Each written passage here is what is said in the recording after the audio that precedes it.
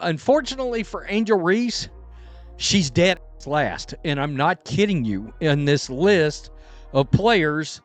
And she looks really, really bad in comparison. And we're going to take a look at that. What if I told you one of the most hyped rookies in the WNBA is actually one of the league's least efficient scorers? Angel Reese's social media following might be sky high, but her shooting percentages tell a different story, one that many of her fans refuse to acknowledge. Refreshing to see some shots actually make it. Refreshing? Oh no, that's Angel Reese's music! Bang! You like Mustangs? Your favorite player is Lawal Dang?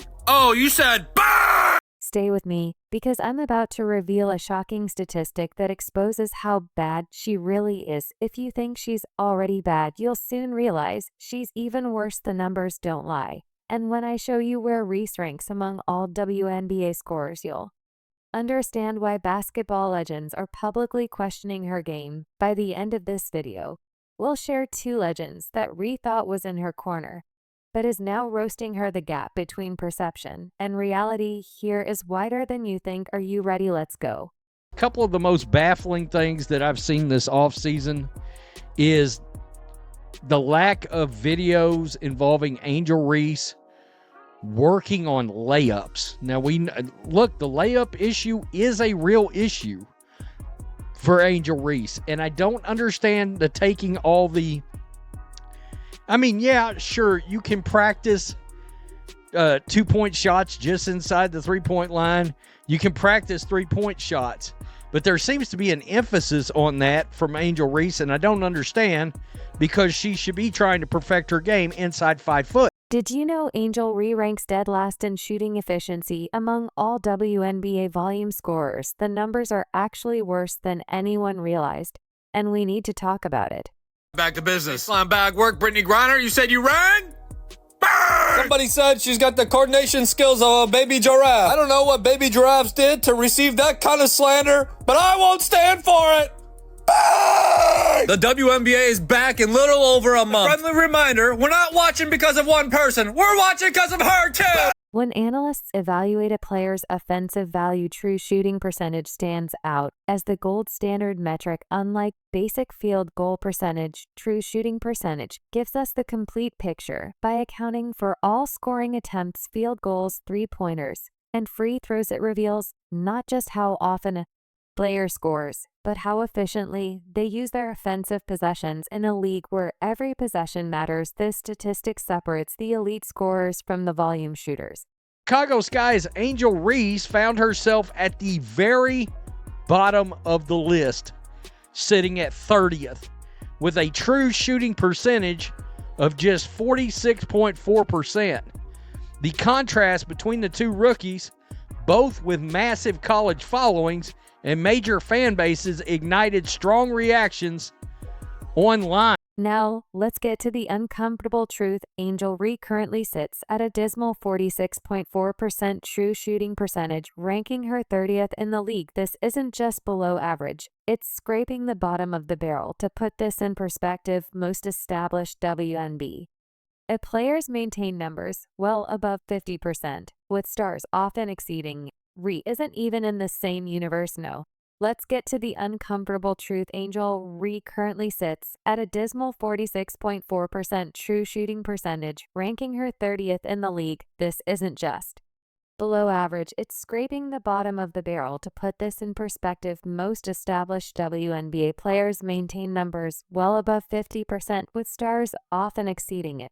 Reese isn't even in the same universe.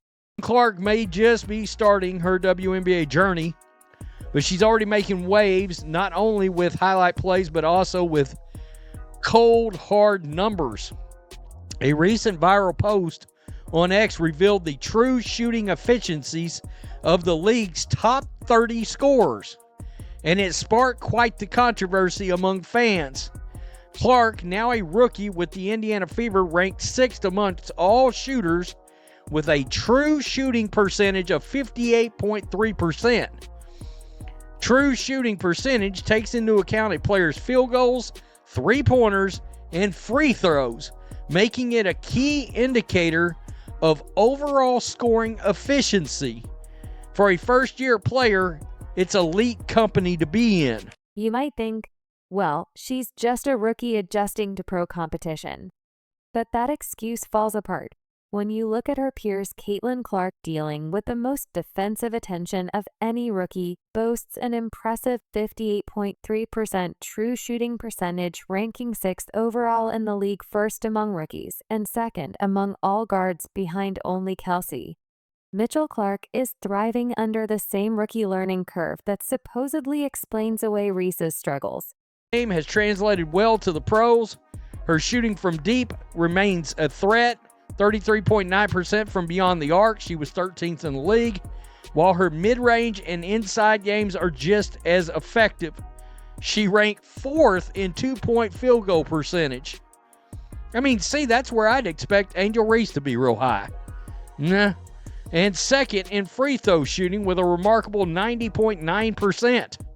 Her effective field goal percentage, EFG, which adjusts for three-point shots being worth more, stood at 52.1%, good for 10th overall. Now here's something. Let's say for a minute that Clark is just the exception. Well, guess what? The 4th overall pick, Rickea Jackson, is also high up the list at 55.2%. Meanwhile, Cameron Brink, the 2nd overall pick, and Camila Cardoso, the 3rd overall pick, were left off the efficiency list because they didn't score enough to have a statistically significant base due to their prolonged injuries last year.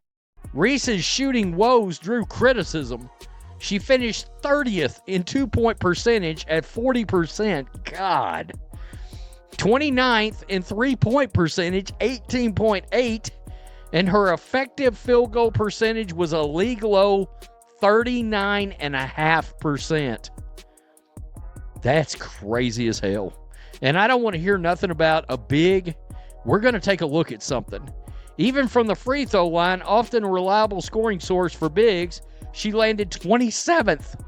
Considering most of Reese's shots come from close to the rim. And guess what? Now here's something truly shocking that nobody is talking about. Nearly 40% of Reese's much celebrated rebounds come from collecting her own missed shots. Let that sink in. While the rebounding numbers look impressive on paper, they're partially inflated by her own inefficiency. She's literally creating rebounding opportunities for herself by missing shots that most post players would convert. If true shooting percentage doesn't convince you, her effective field goal percentage might at a league worst 39.5%. Ree is essentially a black hole for offensive possessions when she touches the ball with intent to score. Chicago Sky is statistically better off if almost anyone else had taken that shot. Instead, this inefficiency ripples through the entire offense, limiting her team's ceiling despite her other contributions. I guess that explains why no one guards her. The numbers hard to stomach. A 6'3" post player that shot 90% of shots from 5 foot within 5 foot is at 30. Another one said, OMG, Angel, get up, girl. And guess what? These numbers actually get worse when we start examining exactly where her shots are coming from and how she's missing them. We haven't even gotten to the most damning statistics. Yet the reality is that Angel Reese's shooting efficiency isn't just bad for a rookie, it's historically bad for any WNBA player with her usage rate, and shot selection players who shoot this poorly typically don't maintain high usage rates because coaches simply can't afford to run offensive possessions through such inefficient scorers. Yet Ree continues to command a significant offensive role despite evidence suggesting she shouldn't. With you here, I think it is a deal that is eventually going to get her benched in the WNBA. I think that will happen one day. Because a good coach, if she ever gets one, is going to look at this and be like, you're 6'4", you're 6'3", you're too damn inefficient. I can't have you on the court. And, just perfect your craft.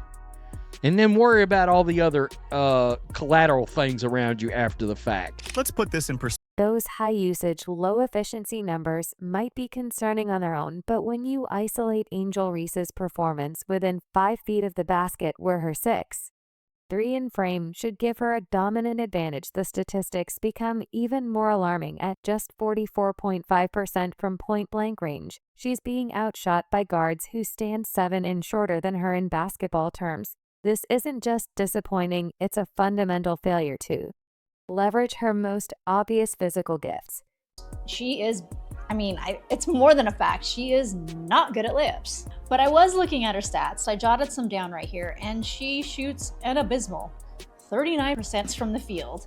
She shot below 50% on shots less than 5 feet away, which is bad. And even worse than that is that shots from 5 to 9 feet, 13%. What makes Let's put this in perspective. At 6'3" in with an impressive wingspan, Reese should be a nightmare for defenders near the basket. When a player of her stature gets positioned inside, conventional basketball wisdom says it should be 2 nearly automatic points, yet somehow reconverts these high percentage opportunities at a rate that would make even perimeter players cringe. Most WNBA players hit these shots at rates between 55 to 65%, making Reese's 44.5% truly stand out for all the wrong reasons. Even worse, from shots between 5 to 9 feet from the basket, she shoots an abysmal 11%. That's right, she makes 1 out of 10 shots from mid-range.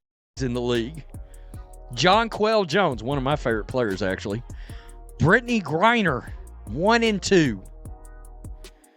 All right, that's what it's supposed to look like for somebody that's 6'3" and above. Asia Wilson, way up there. Then Mitchell, then Clark. Look, if you want to compare Angel to somebody like Aaliyah Boston, look at that. I mean, she's right here, 53.7%. From 2-point percentage. She was ranked 13th in the league. Angel was ranked 30th.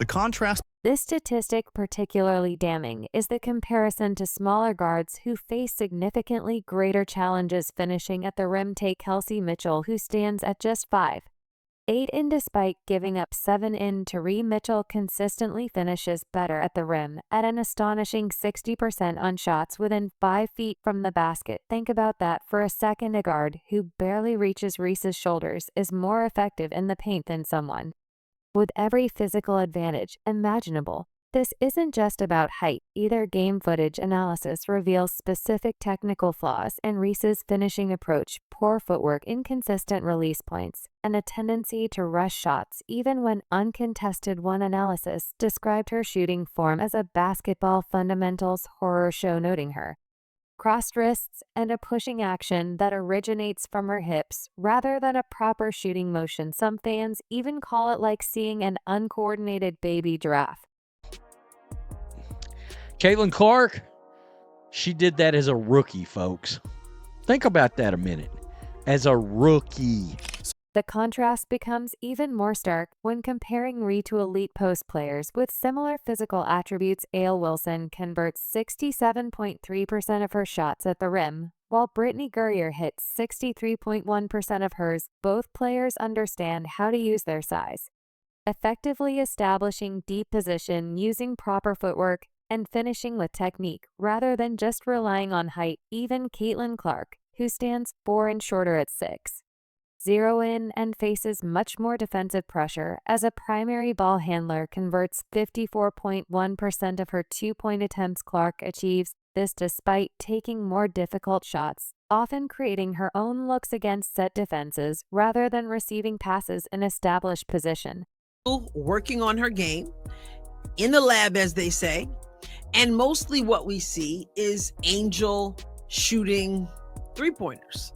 With her basketball career hanging in the balance due to glaring finishing issues, you'd expect Angel Reese to be drilling layups until her arms fall off. But her social media tells a completely different story. Recent workout videos showcase Reese practicing three-pointers with shooting mechanics that would make any coach wince. Rather than addressing her point-blank struggles, she's inexplicably focusing on long-range shooting, an area where she converted just 18.8% of attempts last season. It's like watching someone practice parallel parking before they've learned how to start the car.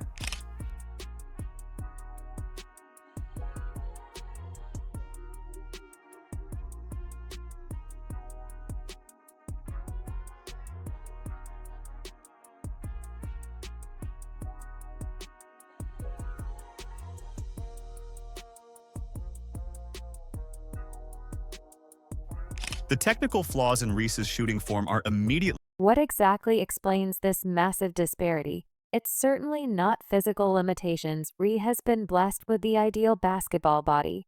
It's not defensive attention either. While she does draw defenders, she doesn't face the constant double and triple teams that Clark navigates. The inescapable conclusion is that Reese's struggles stem from fundamental technical flaws in her game. This point-blank inefficiency represents what one source called a career-threatening issue that demands immediate attention when a player's entire offensive value proposition should be converting high percentage looks near the basket, and they're failing at precisely that task. It raises profound questions about their long-term viability at the professional level.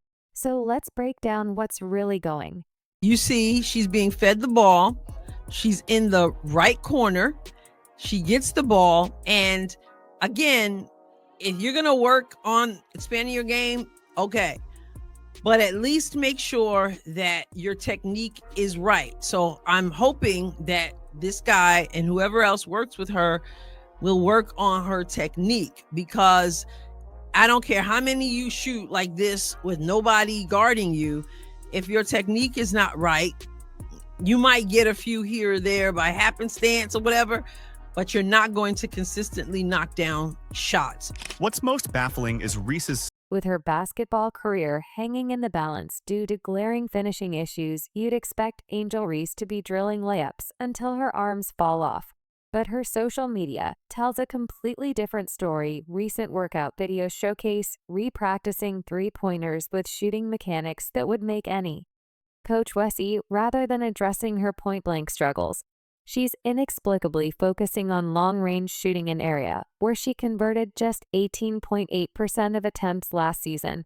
It's like watching someone practice parallel parking before they've learned how to start the car. The technical flaws in Reese's shooting form are immediately apparent to anyone with basic basketball knowledge. Her inconsistent base creates poor balance from the start. When she releases the ball, her arms and wrists cross awkwardly, completely disrupting the alignment needed for consistent accuracy. Her jerky release resembles someone shot putting a medicine ball rather than shooting a basketball. These aren't minor tweaks needed in an otherwise solid foundation. These are fundamental errors that competent shooting coaches address in middle school players. Wrists are crossed, which is the wrong form.